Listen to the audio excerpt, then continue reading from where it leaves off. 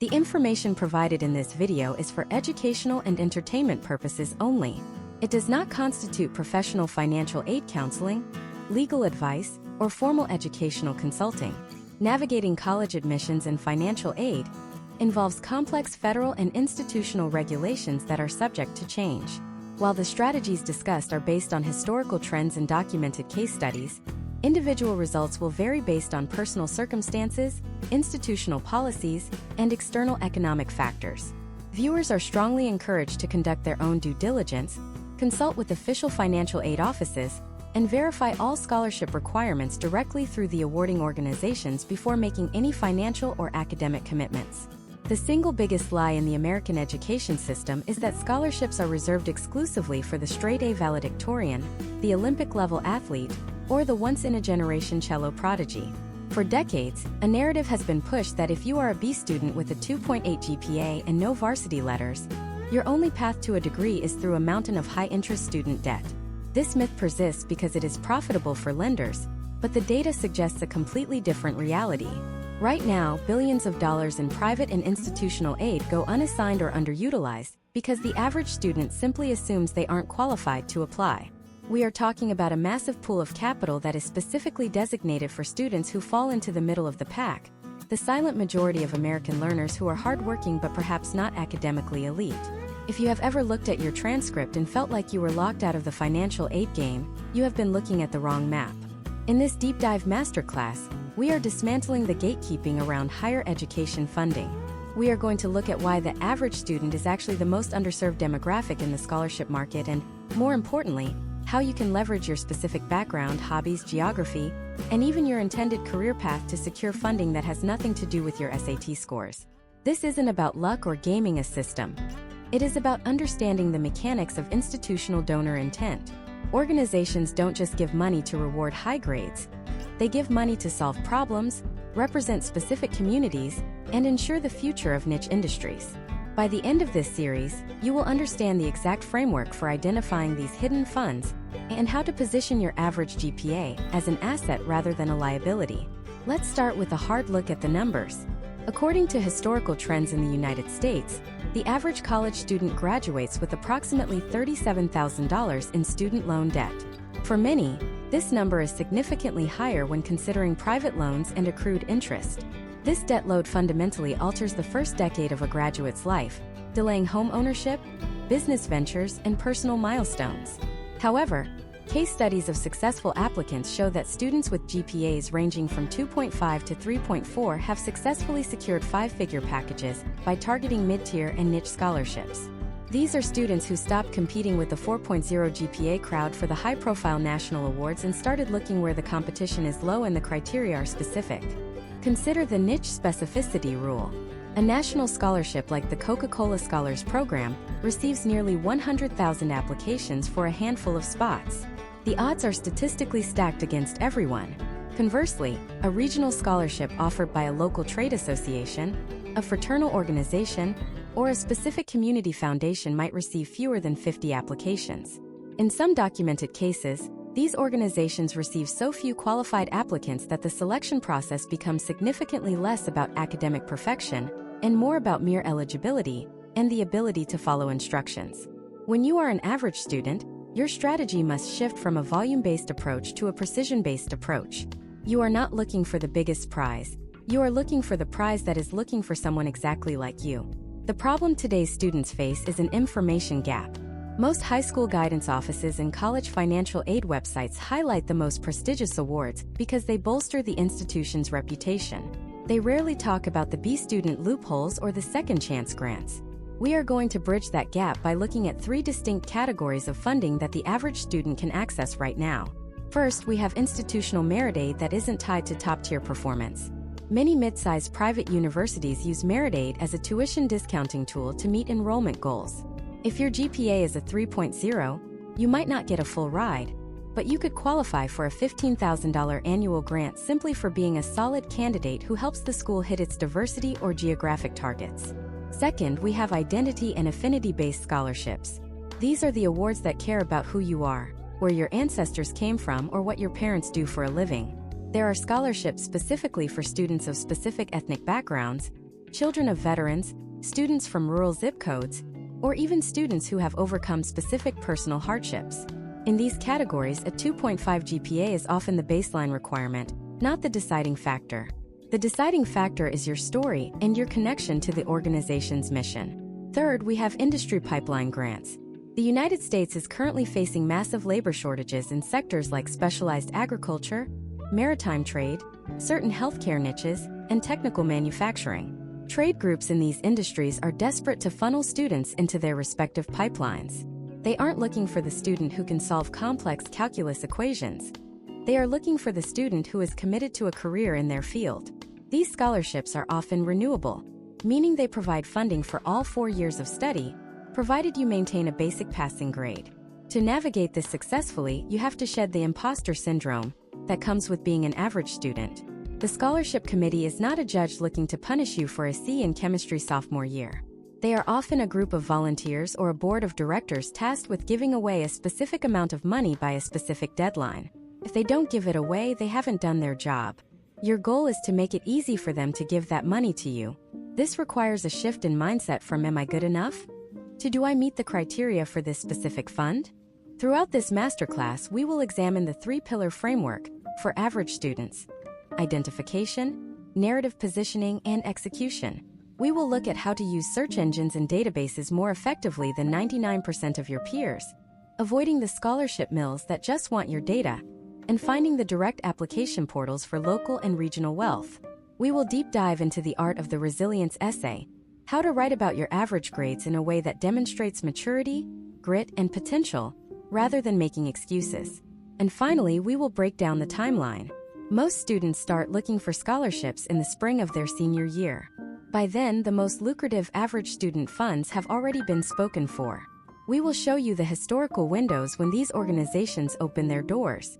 The reality of the American economy in 2026 is that the cost of tuition is outpacing inflation, and the standard advice is failing the standard student. If you have been told that your grades have closed the door on a debt-free education, you have been misinformed. The door isn't closed. It's just not the front door everyone else is crowded around. This video is your guide to finding the side entrance, the service elevator, and the hidden pathways to funding your future. Whether you are a high school junior just starting to worry about costs, a current college student looking to reduce your load, or a parent trying to figure out how to bridge the gap without draining your retirement, the strategies we are about to cover will change the way you view the cost of a degree. Let's get to work on finding the money that is already waiting for you. To understand the first major pillar of our masterclass, we have to look at the concept of the geographic arbitrage of financial aid. Imagine a high school senior in 2026 named Marcus living in a mid-sized city in Ohio. Marcus has a 2.9 GPA, he played junior varsity soccer for 2 years, and he volunteers at a local animal shelter on weekends. If Marcus spends his time applying for the big national scholarships you see on the front page of every search engine, he is competing against 4 million other graduating seniors across the United States. In that pool, Marcus is invisible. But when Marcus shifts his focus to his own zip code, the math changes entirely. Historical trends show that local community foundations are the single most overlooked source of funding for the average student. These foundations are essentially clearinghouses for dozens, sometimes hundreds, of smaller private scholarships established by local families, small businesses, and departed community members who wanted to leave a legacy. In many cases, these donors explicitly stated in their wills that they did not want to fund the valedictorian. They often lived lives as average students themselves and specifically requested that their money go to a student who demonstrates character, local involvement, or a specific career interest regardless of a perfect academic record. Step 1 in this geographic search is identifying your local community foundation. Every major county and most large cities in the United States have one. You do not search for scholarships first. You search for the name of your county followed by the words Community Foundation. For Marcus in Ohio, this might be the Columbus Foundation or the Cleveland Foundation. Once you are on their site, you are looking for the common application. Many of these organizations have moved to a unified system where you fill out one profile, and the system automatically matches you to 30 or 40 different small scholarships. These awards range from $500 to $5,000. While that might seem small compared to a full ride, these are stackable. A student who wins 4 local $500 awards has just covered their textbooks and lab fees for the entire 4-year duration of their degree. Let us look at a case study from 2025 involving a student named Sarah in rural Pennsylvania. Sarah had a 2.7 GPA and intended to study nursing at a state school. She avoided the national portals and instead visited the website of her local Rotary Club, the Elks Lodge, and the Regional Chamber of Commerce. She found a scholarship funded by a local retired nurses association that had only 3 applicants the previous year. Because Sarah was the only applicant who actually followed the instructions and submitted a letter of recommendation from her supervisor at the local clinic where she volunteered, she was awarded $2,000 per year. The committee noted that they valued her consistent volunteer hours more than her SAT scores. This is the reality of local funding. Human connection and reliability often outweigh standardized testing. The second tier of geographic hunting involves the specific employers in your region. In 2026, we are seeing a massive surge in corporate social responsibility programs where local manufacturing plants, utility companies, and even large grocery chains offer scholarships exclusively to residents of the towns where they operate. For example, a power company in the Pacific Northwest offers a $3,000 scholarship to any student in their service area pursuing a degree in a STEM field or a technical trade.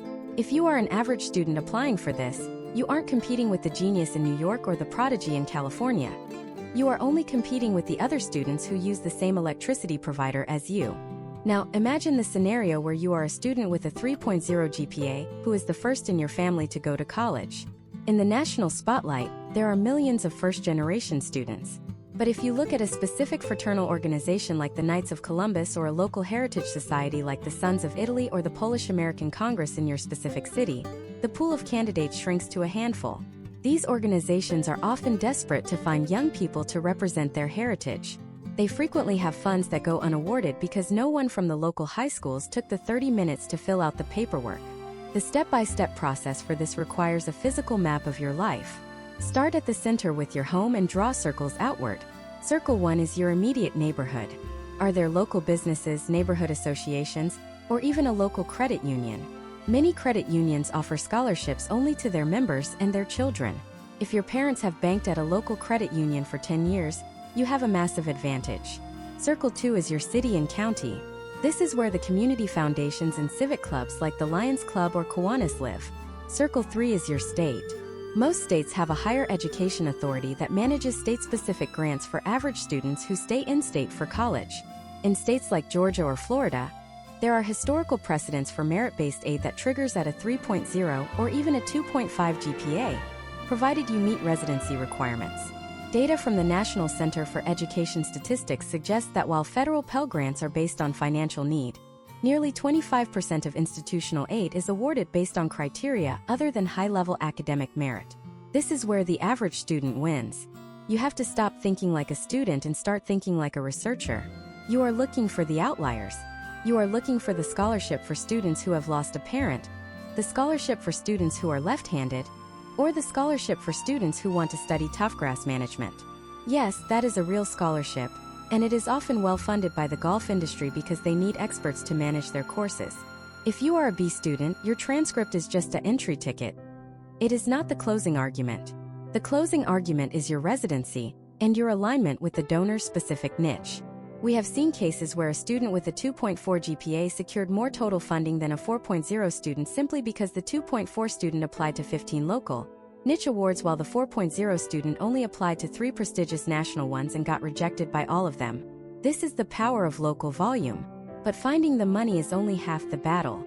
Once you locate these local gems, you have to present yourself in a way that makes the committee feel like their investment is safe. They aren't looking for a Nobel Prize winner. They are looking for a student who will finish the degree and represent the community well. This leads us to the second pillar of our masterclass, which is the narrative pivot. Most average students make the mistake of trying to sound like a straight-A student in their essays. They use big words they don't understand and try to brag about minor achievements. This is a losing strategy because the committee can see the GPA right next to the essay. Instead, the most successful average students use a technique called radical transparency. They acknowledge their grades and then explain the context. Did you have to work a part-time job 20 hours a week to help your family? That explains the 2.9 GPA and actually makes you a more attractive candidate because it proves you have a work ethic. Did you struggle with a specific subject, but eventually found your passion in another? That shows growth and self-awareness. In the next part, we are going to break down the exact essay structures that turn a mediocre transcript into a story of resilience that scholarship committees cannot ignore. We will also reveal the hidden calendar of the scholarship world, the specific months when the biggest hidden local funds open their applications, and why missing these dates by even 24 hours is the most common reason average students end up with debt. You will see why the most important tool in your kit isn't a calculator, but a calendar and a map. The narrative pivot is the psychological bridge between who you are on paper and who you are in person. To master this, you must understand the mindset of the scholarship committee member. In 2026, most committees are exhausted by the polished, overcoached essays of high-achieving students who sound like they were generated by a marketing firm. When they see a 2.8 or a 3.0 GPA, they don't see a failure. They see a human story that hasn't been fully told yet. The pivot is about taking a perceived weakness and reframing it as a unique competitive advantage. Imagine a student named Leo from Denver. Leo has a 2.6 GPA. On paper, he is unremarkable. However, Leo spent 15 hours a week during his junior and senior years working at a local grocery store to help his mother pay the utility bills after his father was laid off. If Leo writes an essay about how much he loves science but just isn't good at tests, he loses. That is an excuse. Instead, Leo uses the narrative pivot of resilience and responsibility. He writes about the logistics of managing an inventory shift, the interpersonal skills he developed de-escalating frustrated customers, and the discipline required to maintain a passing GPA while essentially holding down a half-time job as a teenager. He argues that his 2.6 GPA, earned while contributing to his family's survival, is a better indicator of future success than a 4.0 earned by someone with no outside responsibilities. This is not about playing a victim. It is about demonstrating grit. Historical trends in scholarship selection committees show a growing preference for students who show high levels of non-cognitive skills, traits like persistence, adaptability, and emotional intelligence. In 2026, these are the traits that employers are screaming for, and scholarship donors, who are often business owners themselves, want to fund the people who will actually make it in the real world. You are selling your potential outcomes based on your past reliability, not your test-taking speed. Let's break down the step-by-step essay architecture for the average student. Step 1 is the contextual hook. You start with a specific moment of struggle or work. You don't start with "I want to be a nurse." You start with "the fluorescent lights of the warehouse hummed at 11 p.m. as I finished my third shift of the week." This immediately sets you apart from the academic elite. Step 2 is the GPA addressing. You mention your academic standing not with shame but with clarity. My 3.0 GPA reflects a balance of rigorous academic effort and a deep commitment to my community and my family. This tells the committee that you are self-aware. Step 3 is the connection to the donor's mission. If the scholarship is from the local plumbing union, you talk about how your hands-on work experience has given you a respect for trades and infrastructure. If it is from a local arts council, you talk about how your average grades in math were the result of you spending every free hour in the school's woodshop or theater department. Now we must address the calendar. The average student loses the scholarship game not because they aren't qualified, but because they are late. In the United States, the scholarship cycle is a rigid machine. If you wait until you have your college acceptance letters in March or April of 2026, you have already missed 80% of the private money. The most lucrative niche scholarships, those from local foundations and community groups, typically open their application windows in October and November of your senior year, with deadlines often falling between January 15th and February 28th. Consider the case study of a student named Chloe in Georgia. Chloe had a 3.1 GPA. She spent her entire summer before senior year building a spreadsheet of every local organization within a 50-mile radius. She identified 12 scholarships with deadlines in early January. While her peers were relaxing over winter break, Chloe was finalizing her letters of recommendation. By the time the high-performing students in her class started looking for money in the spring, Chloe had already been shortlisted for 4 local awards totaling $9,000. Because she was first in the door, her application was reviewed with more attention. Committees often get a flood of applications in the final 48 hours before a deadline. If you submit yours 3 weeks early, you are often part of the first batch the readers see when they are still fresh and excited, not tired and cynical. There is a specific phenomenon we call the dead zone of February. This is the period when most students are burnt out from college applications and haven't yet received their financial aid packages. Consequently, The number of scholarship applications submitted during the first 2 weeks of February drops significantly. Data suggests that if you can push through and submit 5 high-quality applications during this window, your statistical probability of success increases simply because the pool is smaller. Furthermore, you must understand the multi-year strategy. Many average students think the scholarship hunt ends when they graduate high school. This is a massive mistake. There is a secondary market of scholarships specifically for current college students. These are often easier to get because the applicant pool is even smaller. A student might start college with no scholarships, pull their GPA up from a 2.8 to a 3.2 during their freshman year, and then apply for departmental scholarships within their major. Case studies show that sophomore and junior college students can often find $500 to $2,000 awards from their specific academic department, like the Department of History or the School of Engineering, because these awards are rarely advertised outside of the university's internal portal. Let's look at the specificity drill. Imagine if you are a student who isn't a top athlete and doesn't have a 4.0, but you spent 4 years in the marching band.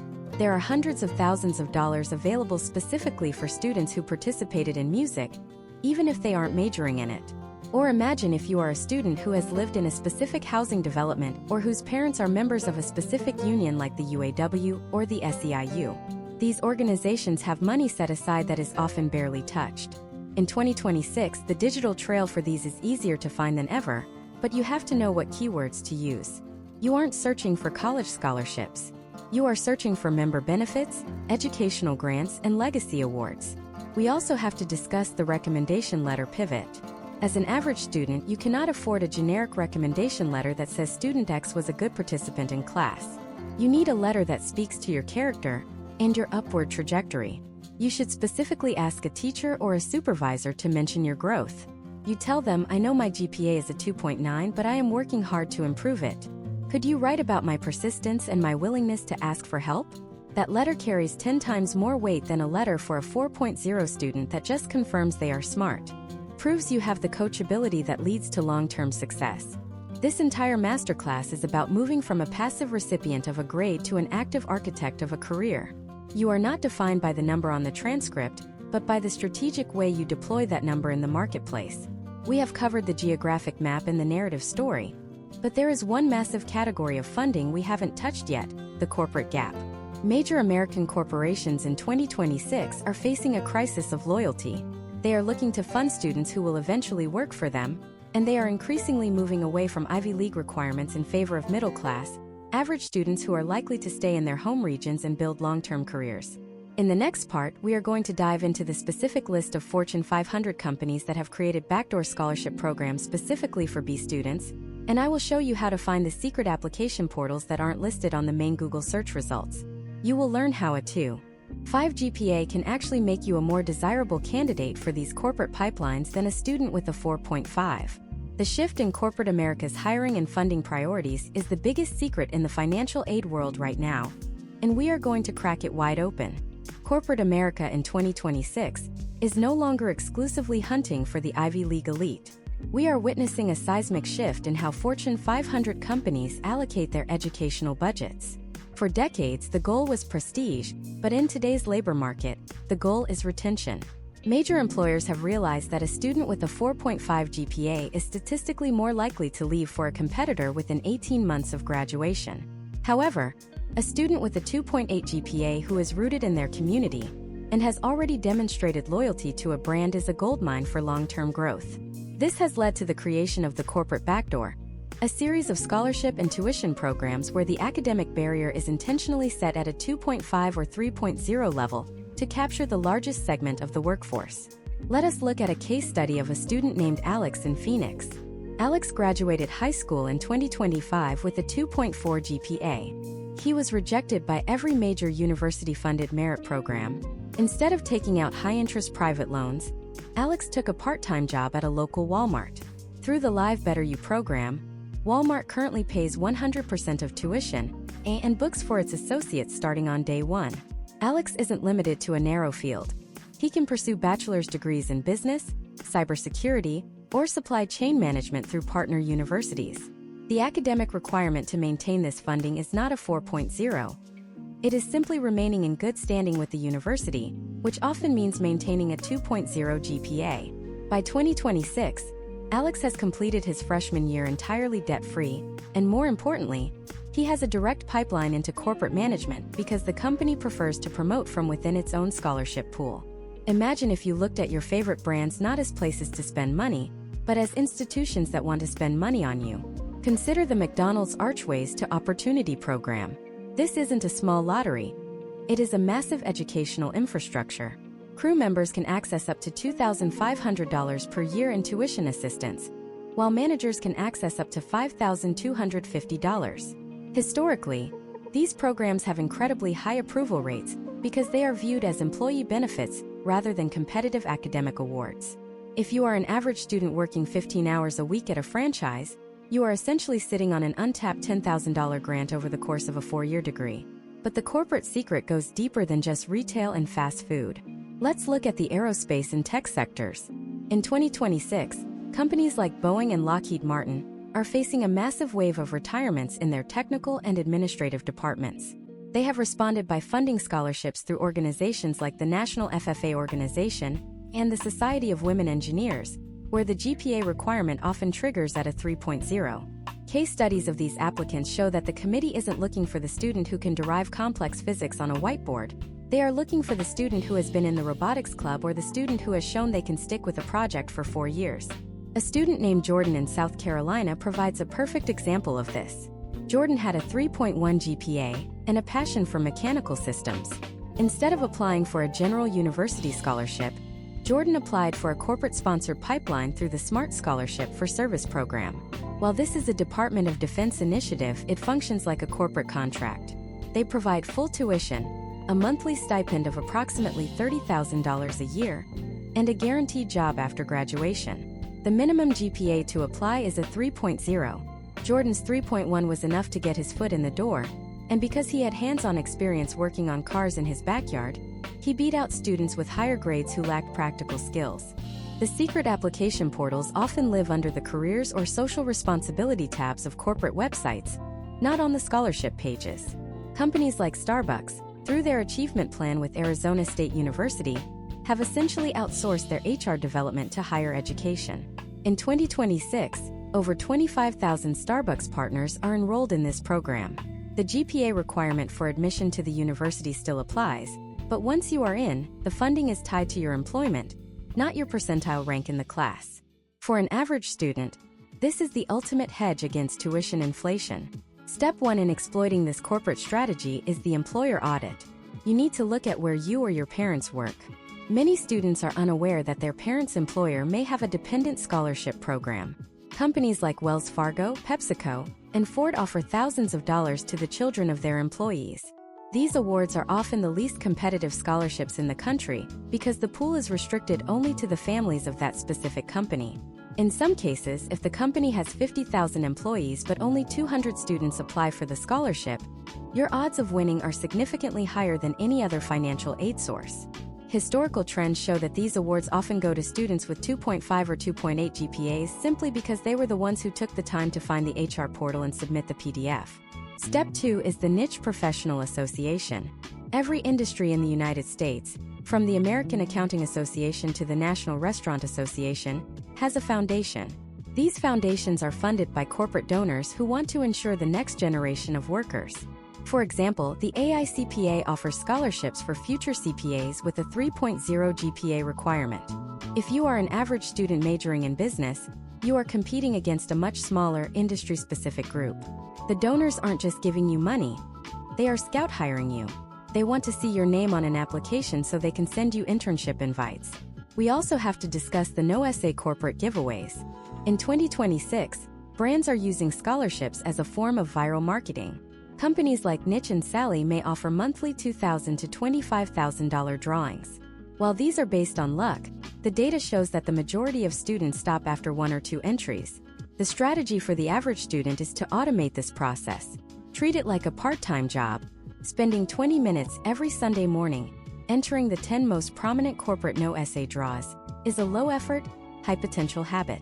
Over the course of a year, you are putting your name in the hat over 500 times. The narrative pivot we discussed earlier is even more effective with corporate donors. A company wants to know that if they give you $5,000, you are actually going to graduate and potentially work for them. They love students who are reliable.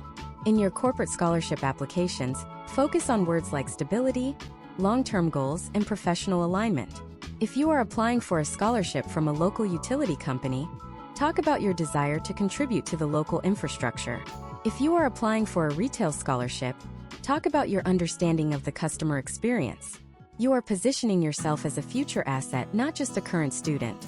By now, you should see that the average student has a massive advantage in the corporate world because they are seen as more coachable and more likely to stay. You aren't competing for a trophy. You are competing for a spot in a workforce pipeline. The money is there because the companies need you as much as you need them. But as you start to gather these corporate and local funds, you will run into a major hurdle: the financial aid office. Most students don't realize that the university can actually take away your school-based aid if you win too many outside scholarships. This is known as award displacement, and it is the silent killer of scholarship strategies. In the next part, we are going to dive into the tactical ways to communicate with your financial aid office to ensure that every dollar you win stays in your pocket, and I will reveal the specific phrases you need to use in your emails to prevent them from reducing your institutional grants. You will learn how to win the game of financial aid math, so that your hard work translates into a zero-balance tuition bill. Award displacement is the phenomenon that occurs when a university reduces your institutional aid because you were proactive enough to secure outside scholarships. This is the dark side of the financial aid office that no one warns you about during orientation. Imagine a student named Maya in 2026 who has worked tirelessly to find $3,000 in local community grants. She thinks she has just lowered her tuition bill by that amount. However, when she checks her university portal, she sees that the school has reduced her institutional grant by exactly $3,000. In effect, Maya did all that work just to save the university money, while her out-of-pocket costs remained the same. This is not just frustrating. It is a systemic barrier for average students who are trying to piece together a debt-free education. To navigate this, you have to understand the logic behind the financial aid office. Most universities operate on a cost of attendance model. They determine exactly how much they think you need to attend their institution. If your total aid, including outside scholarships, exceeds that cost of attendance or your calculated financial need, federal regulations and institutional policies often require them to adjust your package. However, there is a hierarchy of what they are supposed to cut first. Usually, the first thing to go should be your student loans. As an average student, your goal is to ensure that every scholarship dollar you win goes toward replacing your loans or your work-study requirement, not your grants. Let us look at a case study from a student named Kevin at a large public university in Texas. Kevin won a $500 scholarship from his local church. Instead of just letting the check be sent directly to the school's general fund, Kevin contacted the financial aid office first. He used a specific tactical approach. He did not ask if they would reduce his aid. He informed them that he had secured outside funding and specifically requested that it be applied toward his unmet need or his student loan balance. By being the first to frame the conversation, Kevin successfully moved the scholarship into a category that reduced his debt rather than his grant money. The first rule of protecting your funds is the principle of the refund check. In 2026, many students are finding that if they can get their total aid to exceed the actual bill for tuition and room and board, the remaining balance is issued as a refund for educational expenses like books, a laptop, or off-campus housing. However, if the school practices aggressive award displacement, they will claw that money back before it ever reaches you. You must check the university's scholarship policy page. Look for the phrase scholarship displacement policy. If they don't have one listed, that is your cue to send a formal inquiry. In 2026, several states, including California, Maryland, and Washington, have passed legislation that significantly limits or outright bans award displacement for students at public institutions, especially those who qualify for Pell Grants. If you are a student in one of these states, your transcript and your average GPA don't matter in this context. You have the law on your side. You should explicitly reference the state statute in your correspondence. For example, a student in Maryland might say, per the Maryland Higher Education Commission's regulations regarding scholarship displacement, I request that my institutional aid remain unchanged. Even if you are not in one of those states, mentioning that you are aware of the national trend toward banning displacement can sometimes nudge a financial aid officer to be more lenient. Now, consider the scenario where you are a student with a 2.7 GPA who has just won a scholarship from a corporate partner like the ones we discussed in the last part. Many corporate scholarships are flexible in how they are dispersed. If your school is being difficult about displacement, you can contact the scholarship provider and ask if they can hold the funds for a future semester, or if they can pay your expenses directly. Some organizations will allow you to use the money for a summer internship or an online certification course that isn't part of your main tuition bill. This keeps the money out of the university's hands and ensures you still get the full value of your win. Another high retention strategy is the appeal of special circumstances. In 2026, the cost of living in college towns is skyrocketing. If the financial aid office says your scholarship has put you over the cost of attendance, you have the right to appeal that cost. You can provide documentation of higher than average costs for rent, transportation, or medical expenses. By increasing your official cost of attendance, you create more room for your scholarships to fit into your package without triggering displacement. Imagine if Maya from our earlier example had submitted a copy of her off-campus lease which was $200 more than the school's estimate. That $400 increase per semester would have allowed her to keep her scholarship without losing her grant. Data suggests that only about 15% of students ever actually negotiate their financial aid packages. Most people assume the first letter they get is the final word. For the average student, negotiation is your most powerful tool. You are not just a number, you are a customer of the university. If you have been a reliable student, even with average grades, the university wants to keep you enrolled. Retaining a student is much cheaper for a college than recruiting a new one. Use this as your leverage.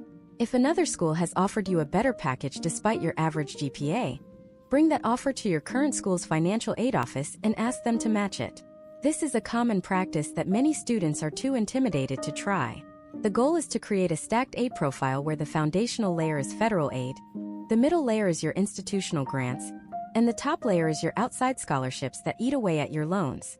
To do this, you have to be the manager of your own financial file. You cannot rely on the high school counselor or the college portal to do this for you.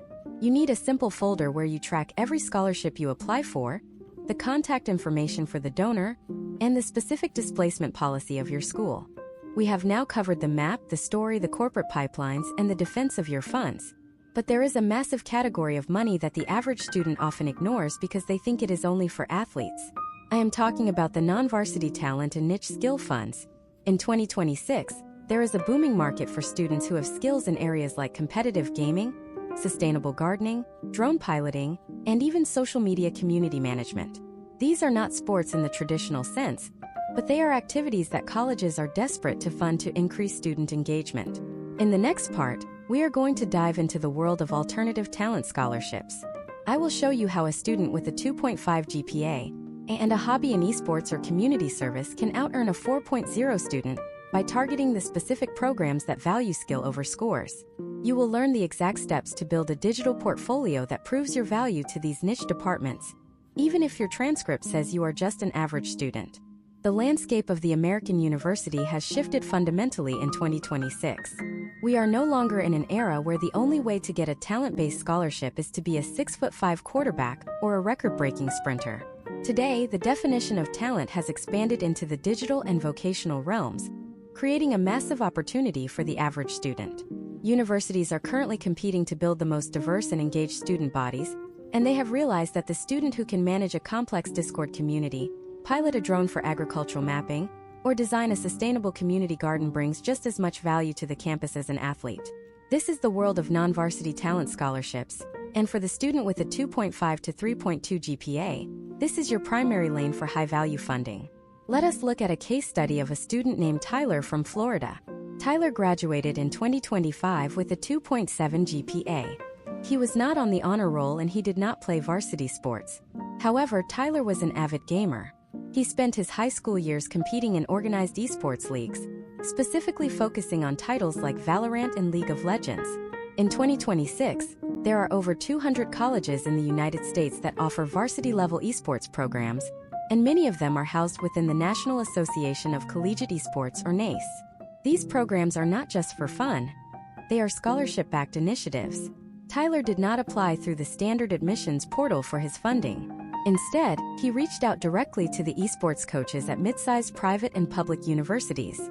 Because Tyler had a documented history of competition, a clean digital reputation, and a willingness to represent the school in collegiate tournaments, he was offered a $5,000 annual scholarship at a university in the Midwest. The coach did not care about his 2.7 GPA in history. The coach cared about his strategic thinking and his teamwork in high-pressure digital environments. For Tyler, his hobby became his financial engine. The step-by-step process for this is simple but requires effort. You must build a recruitment reel or a digital portfolio of your matches. You need to join the Discord servers of the collegiate programs you are interested in and speak with the current players and coaches. In 2026, recruiting for esports looks almost exactly like recruiting for football, but the academic entry barriers are often much lower because the programs are still in a rapid growth phase. Beyond gaming, we have the creative and content economy. Imagine a student named Isabella from California with a 3.0 GPA. Isabella spent her high school years building a modest but highly engaged social media presence, focused on DIY fashion and sustainable living. She wasn't a celebrity, but she knew how to edit video, manage an audience, and analyze engagement data. In 2026, many universities have launched student ambassador scholarships. These schools are looking for average students who can help them tell the university's story to prospective students. Isabella applied for a program at a state university that offered a $3,000 stipend per semester in exchange for her creating 2 high-quality videos a week for the school's official social media channels. The university viewed this as a marketing expense, and Isabella viewed it as a way to wipe out her room and board costs. If you have skills in Adobe Premiere, Canva, or even basic mobile photography, you are sitting on a scholarship goldmine. Every department on a college campus, from the biology lab to the alumni association, needs content. By reaching out to these departments directly and offering your services as a student creator, you can often unlock departmental grants that are never listed on the main financial aid page. You aren't asking for a job.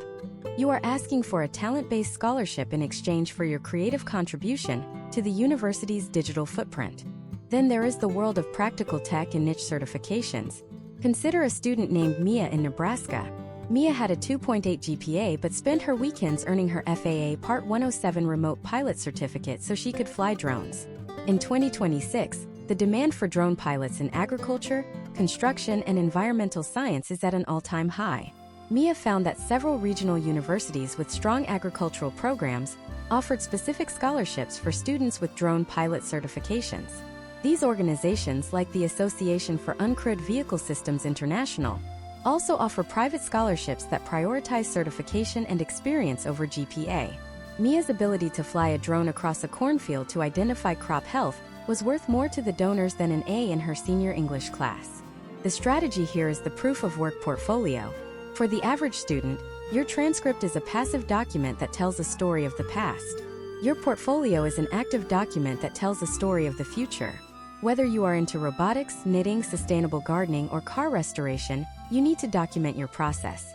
Use a free website builder or a dedicated Instagram account to show your projects from start to finish. When you apply for a niche scholarship, you include the link. Seeing a student actually build something or manage a project provides a level of certainty to a scholarship committee that a grade point average cannot match. We also have to discuss the weird and wonderful scholarships that fall under the category of character and creativity. Historical trends show that some of the most famous niche scholarships in the United States, like the Stuck at Prom Duck Brand Duct Tape Scholarship, reward pure creativity. In 2026, this award offers $10,000 to the winners. There are scholarships for being tall, scholarships for being left-handed, and even scholarships for students who can create a compelling piece of art out of recycled materials.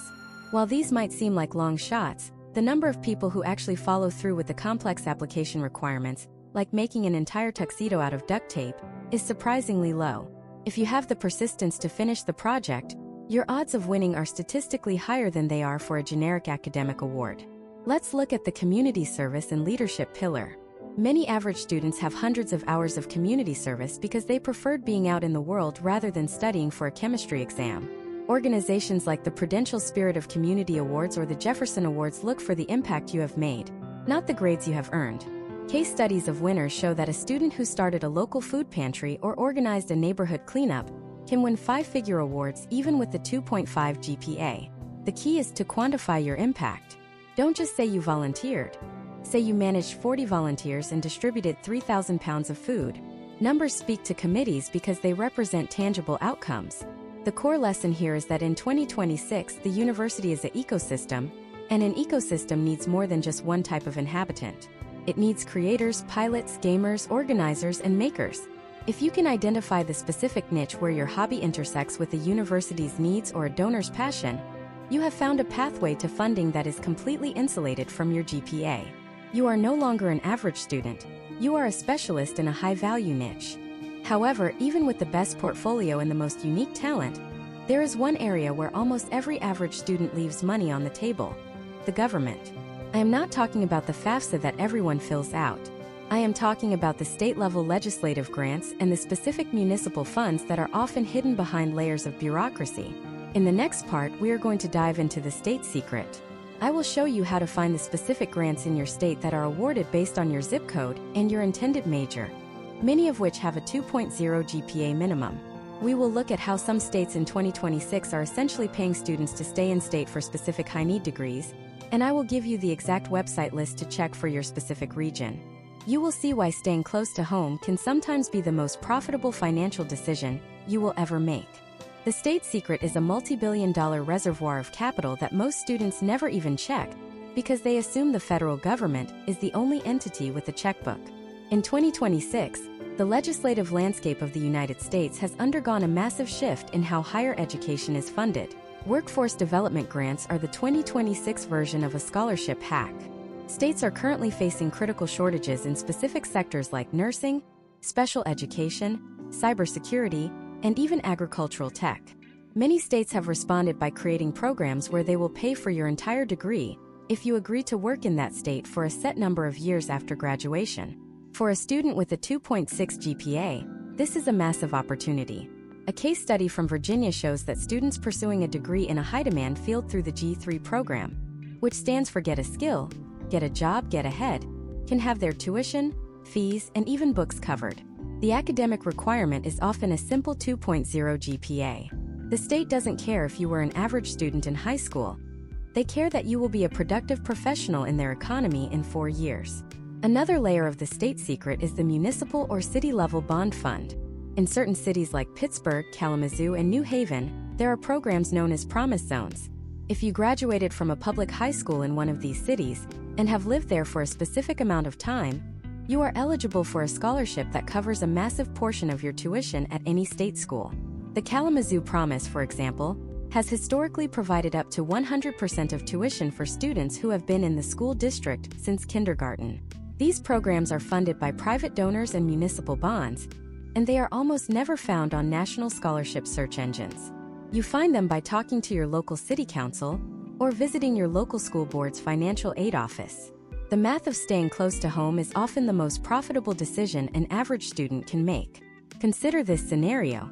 You have a 3.0 GPA, and you are accepted into an out-of-state school with a $45,000 tuition and a $5,000 merit scholarship. Your net cost is $40,000. Now, look at your in-state public university with a $12,000 tuition. You apply for your state's legislative grant, which gives you $4,000, and your local city's Promise Grant, which gives you another $3,000. Your net cost is $5,000. By choosing the local path, you have effectively saved $35,000 a year, or $140,000 over 4 years. That is the price of a small house in some parts of the country. For an average student, the prestige of an out-of-state brand name rarely justifies that kind of debt load. Data from 2026 suggests that the retention rate for students who use state-level grants is significantly higher than those who rely solely on private loans. This is because the state-level grants often come with support systems, such as local mentorship programs and direct connections to local employers. You aren't just a number in a database. You are a future taxpayer and community leader that the state is invested in keeping. But there is a catch. These state programs are extremely bureaucratic. They require you to meet rigid deadlines, attend mandatory orientation sessions, and sometimes perform a set number of community service hours. If you miss a single email from your state's Higher Education Commission, you could lose your funding for the entire year. This is why the spreadsheet we discussed in previous parts of this masterclass is your most important tool. You must treat your state's grant requirements as a part-time job. As we move forward, you now have the tools to map your geography, tell your story, and secure your state-level funds. However, There is one more hidden source of money that thrives on the very thing average students often feel guilty about: their hobbies and niche interests. There are thousands of private foundations and professional associations that have money sitting in bank accounts simply because nobody with a specific interest in something like beekeeping, vintage car restoration, or even bowling has applied for it. In the next part, we are going to dive into the professional association and private foundation deep dive. I will show you how to find these underground funds that don't appear in Google searches, and why having a 2.5 GPA and a membership in a niche club can be more valuable than a 4.0 and no outside interests. We will also reveal the one secret document you can request from your library that lists every private foundation in your county, including the ones that don't have websites. You will see how to access the wealth of the quiet donors who are looking for the next generation of specialists. The secret document you need to locate is the Foundation Directory, which is often accessible through the Foundation Center's funding research portals at major public libraries. In 2026, while most students are drowning in the digital noise of scholarship search engines that are essentially data harvesting machines, the savvy average student goes to the library. Many private foundations established by wealthy families or small-scale philanthropists decades ago do not have a website, a social media presence, or even an email address. They operate through a physical office or a law firm and communicate via traditional mail. Because they are so difficult to find, they receive a shockingly low number of applications. If you can find the name of a foundation in your county that specifically funds education for local students, you have already bypassed 99% of your competition.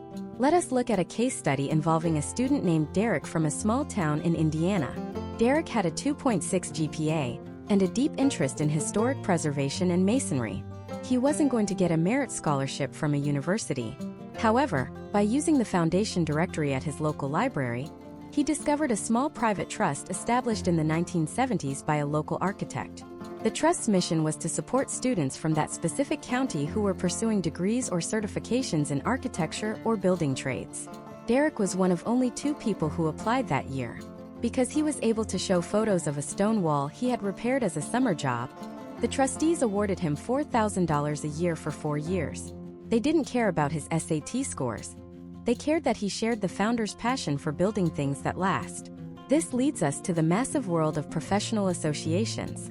Every single career path in the United States, from landscape architecture to actuarial science, is represented by a professional association. These organizations are essentially clubs for adults who work in those fields, and their primary goal is to ensure the future of their profession.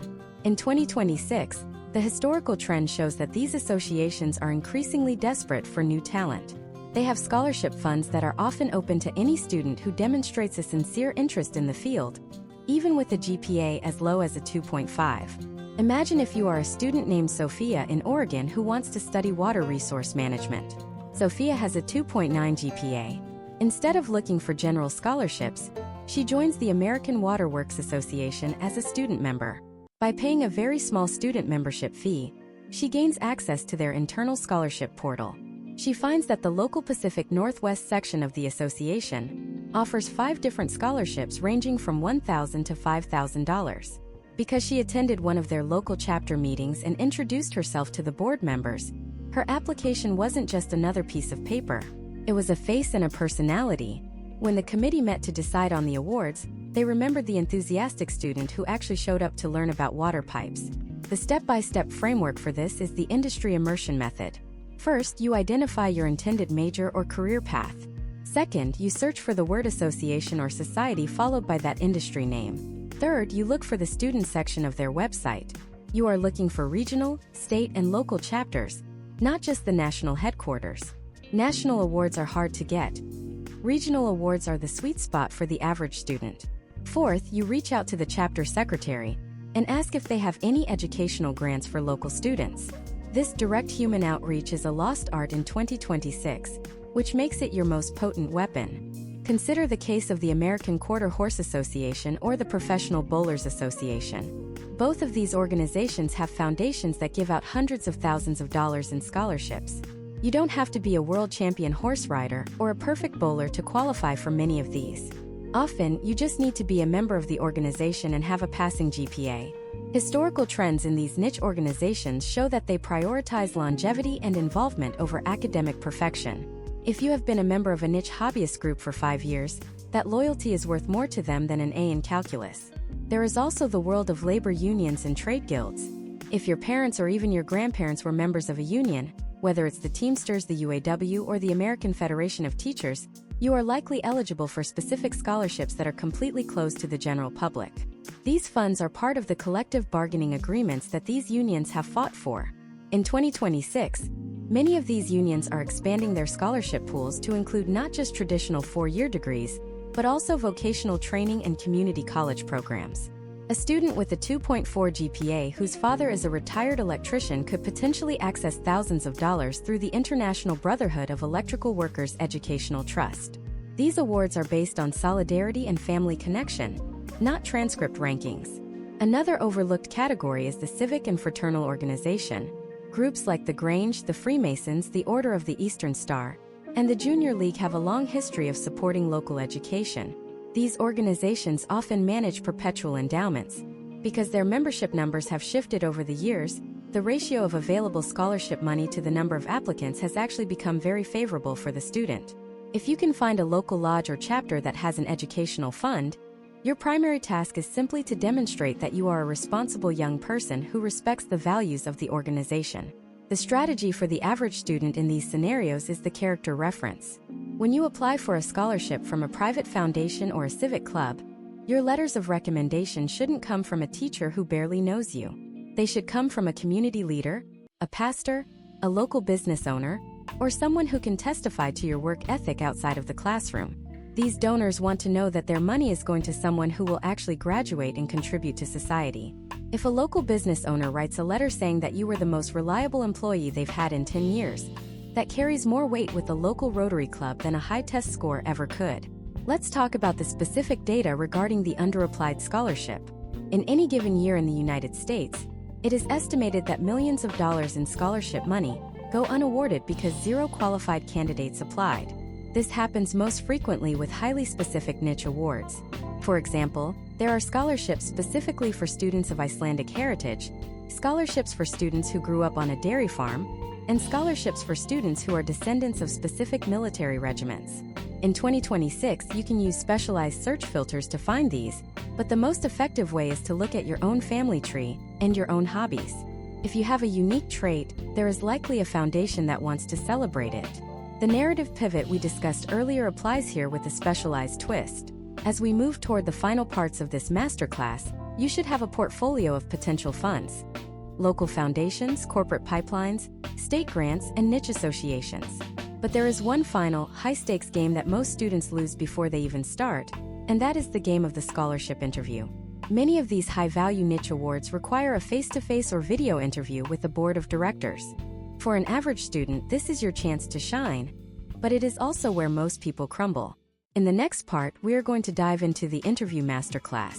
I will show you the exact psychological triggers to use when a committee asks you about your grades, how to dress for success on a budget in 2026, and the 3 questions you must ask at the end of the interview to leave a lasting impression. You will learn why your personality is your greatest financial asset and how to close the deal on a scholarship that looks like a long shot on paper. The scholarship interview is the moment where the paper version of you disappears and the human version takes center stage. In 2026, many high-value niche scholarships and private foundation awards require a face-to-face or virtual meeting as the final stage of the selection process. This is the ultimate equalizer for the average student. While a 4.0 student might have the edge on a computer screen, a student with a 2.8 GPA and a compelling personality can win the room. Historically, committees for local and regional awards are looking for someone they actually like and someone they believe will represent their values in the real world. They aren't looking for a robot that recites test scores. They are looking for a future colleague. Let us look at a case study of a student named Carlos in Chicago. Carlos had a 2.7 GPA and applied for a scholarship from a local Latino Business Owners Association. On paper, there were applicants with much higher grades. However, Carlos was invited to a final interview with 5 board members. Instead of being intimidated by the questions about his grades, Carlos used a technique called the ownership frame. When asked about his B- average in math, he didn't make excuses. He said, "I struggled with abstract calculus, but I realized that my strength lies in the practical application of business logic and community organization. I spent the time I could have used for a math tutor to instead help my uncle digitize the inventory of his small grocery store. By acknowledging the grade and immediately pivoting to a real-world success, Carlos demonstrated a level of maturity that the high-achieving, academic-only students lacked. He won the $5,000 award because the committee saw a person who could handle setbacks with grace and honesty. The step-by-step strategy for the interview starts with the first 10 seconds. In 2026, first impressions are formed almost instantly, whether in person or over a video link. You need to dress for the donor, not for your peers. If you are interviewing for a scholarship from a local bank or a legacy foundation, business professional attire is the baseline. This shows respect for the organization's history. If you are on a budget, look at local thrift stores in higher-income zip codes or check if your high school has a professional closet for students. Your goal is to look like you already belong in the professional world they are funding you to enter. When the interview begins, the committee will likely ask the most common opening question in America. Tell us about yourself. Most students fail this by listing their hobbies or their major. As an average student, you should use the hero's journey pitch. You are a person who has encountered challenges, worked hard to overcome them, and has a clear vision for how you will contribute to your community. Mention a specific project or a moment of responsibility. For example, you might say, I am a student who balances a passion for environmental science with a 10-hour-a-week commitment to my family's landscaping business, which has taught me more about grit and persistence than any textbook ever could. This immediately frames your average GPA as the result of a busy, responsible life. Next, we have to master the question of the grade. Almost every average student will be asked why their grades aren't higher. You must never be defensive. Use the growth trajectory response. Show them that while your overall GPA might be a 2.9, your grades in your major-related subjects have been improving every semester. Use a case study approach. During my sophomore year, I was working 2 jobs and my grades slipped. However, in my junior year, I learned better time management and my GPA for that year alone was a 3.4. This shows the committee that you are on an upward path. They are investing in your future, not your past, so the trend matters more than the average. Imagine if you are in a virtual interview. In 2026, your background is part of your interview. A messy bedroom or a dark, grainy camera feed signals a lack of preparation. Set up in front of a plain wall or a neat bookshelf. Use a dedicated light source so they can see your eyes. Eye contact in a virtual setting means looking directly into the camera lens, not at the faces on the screen. This small technical detail creates a psychological sense of connection and trustworthiness that most students miss. The closing of the interview is where you can truly separate yourself from the pack. When they ask, "Do you have any questions for us?" you must have 3 high-value questions ready. Question 1 should be about the donor's legacy. What qualities did the founder of this scholarship value most, and how can I best embody them during my time in college? This shows you have done your research and care about their mission. Question 2 should be about community impact. How does the foundation hope to see its scholarship recipients contribute to our local area after graduation? This signals that you plan to stay connected and give back. Question 3 should be about mentorship. Does the organization offer opportunities for students to connect with past recipients or board members for professional advice? This proves you are proactive about your career development. Consider a student named Sarah in North Carolina, who was interviewing for a niche scholarship for students pursuing agricultural tech. She had a 3.0 GPA. During the interview, she brought a physical portfolio of her work with the local 4-H club, including photos of a sustainable irrigation project she helped design. When the board asked her about her future, she didn't just say she wanted a job. She said she wanted to help modernize the small farms in her county to ensure they could survive the next decade of climate shifts. By connecting her personal goals to a larger community problem, she made herself the obvious choice. The committee later told her that while other students had better grades, she was the only one who seemed like she had a plan to use the money for something bigger than herself. Historical trends show that committees for private awards often prioritize character and coachability. They want to give money to someone who will respond to their emails, attend their annual banquet, and thank them properly. If you can prove that you are that person during the 30 minutes of the interview, the GPA becomes a secondary concern. After the interview, you must send a handwritten thank you note.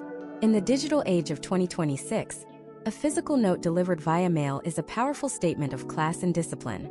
It keeps your name in their minds for 48 hours after the interview has ended. The math of the interview is simple. It is about reducing the perceived risk of the investment. A donor is essentially an investor. A high GPA student is seen as a low-risk, high-return investment. An average student is often seen as a higher-risk investment. Your job in the interview is to use your personality, your stories of resilience, and your clear professional goals to prove that you are actually a very safe bet. You are showing them that you have the emotional maturity to handle the rigors of college, regardless of what a transcript from 3 years ago says.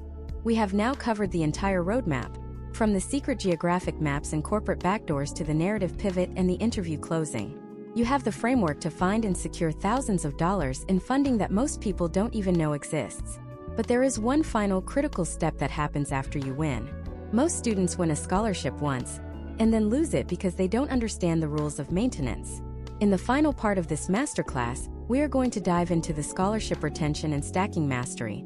I will show you how to keep your awards for all 4 years, how to successfully ask for more money as you progress through your degree, and the one mistake that causes 50% of average students to lose their funding after the first year.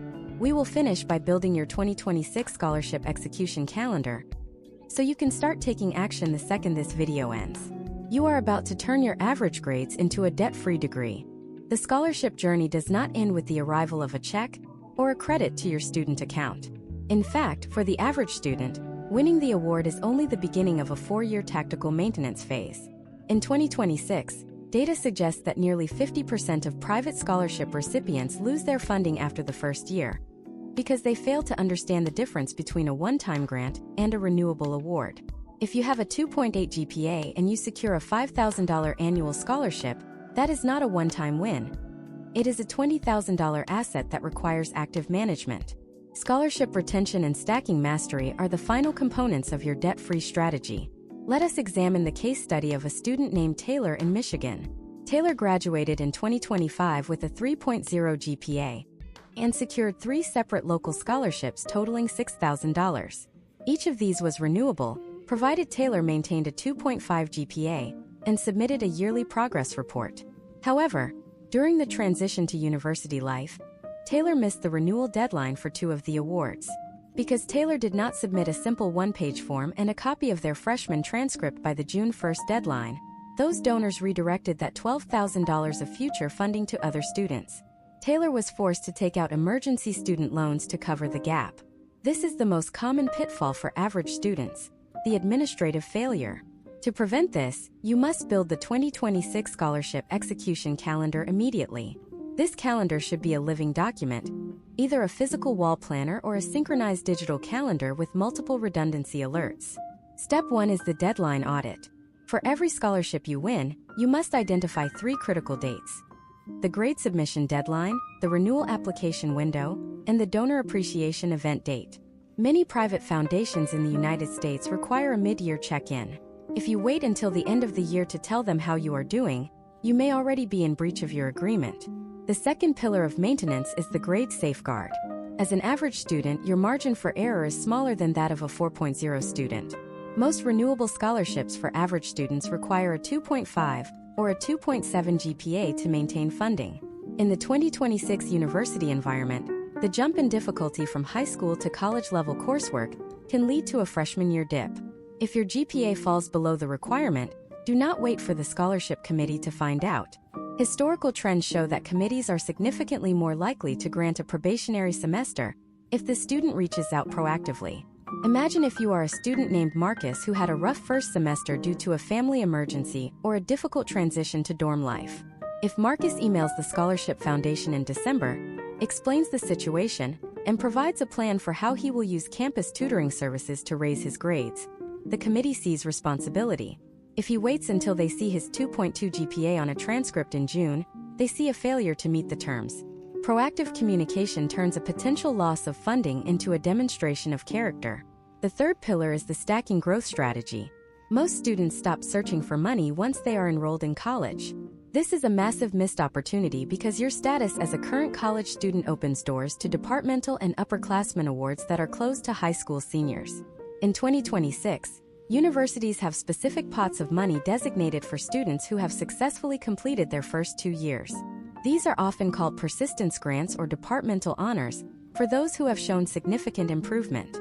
A student who enters with a 2.8 GPA but works their way up to a 3.1 by sophomore year becomes a prime candidate for these internal awards. Consider a student named Chloe who is studying graphic design. In her sophomore year, she applied for a specific award within the School of Visual Arts that was only open to students who had completed their foundational credits. Because the applicant pool was limited only to her peers in that specific major, and because she had built a strong relationship with her professors, she was awarded an additional $2,000 per year. By stacking this on top of her original local scholarships, she effectively reduced her out-of-pocket costs to zero by her junior year. Now, let us build your 2026 scholarship execution calendar month by month. In January and February, your focus is on the high-volume season. This is when the majority of local community foundation applications open. You should be submitting at least 2 applications per week during this window. In March and April, the focus shifts to state-level grants. This is when you must ensure your FAFSA and state-specific financial aid forms are finalized. If you live in a state like California or Texas, the early March deadlines are absolute. There are no appeals for late submissions. In May and June, you enter the appreciation and renewal phase. For every award you have won or hope to renew, you must send a progress letter. This is not a formal requirement for all, but it is a strategic necessity. A donor who feels appreciated is a donor who will continue to fund you. Write a letter describing a specific class you enjoyed or a project you completed. Include a photo of yourself on campus. In July and August, your focus is on the final gap analysis. This is when your university bill arrives. If there is still a remaining balance, this is the time to reach out to the Financial Aid Office for a special circumstances appeal or to look for last-minute emergency grants. The final quarter of the year, September through December, is for departmental networking. This is when you visit your professors during office hours and ask about internal scholarships within your major.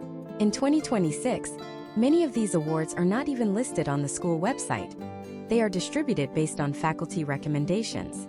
If your professors know you are a hardworking, average student who is paying for school through scholarships, they will keep you in mind when a new grant becomes available. Everything we have covered in this masterclass, from identifying the corporate backdoors to mastering the narrative pivot, comes down to a single principle. The average student is not a victim of the system, but an active participant in a marketplace. The billions of dollars in unawarded aid exist because the system relies on students being too overwhelmed or too discouraged to look. By treating your scholarship search as a professional operation, you are choosing to bypass the debt trap that has ensnared millions of your peers. You now have the framework to navigate the geographic map of local wealth, the corporate pipelines of major employers, the state-level legislative grants, and the high-stakes game of the scholarship interview. You know how to protect your funds from award displacement and how to keep them through consistent maintenance. The potential outcomes of this strategy are documented in thousands of case studies of students who, despite their average grades, graduated with zero debt and a clear path to a career. The path is clear, the tools are in your hands, and the calendar is waiting. The only thing left to do is to take the first step. Start with your local community foundation website today. Look for the common application. Write that first paragraph of your resilience essay. The money is there, and it is looking for someone exactly like you. It is time to go out and claim it.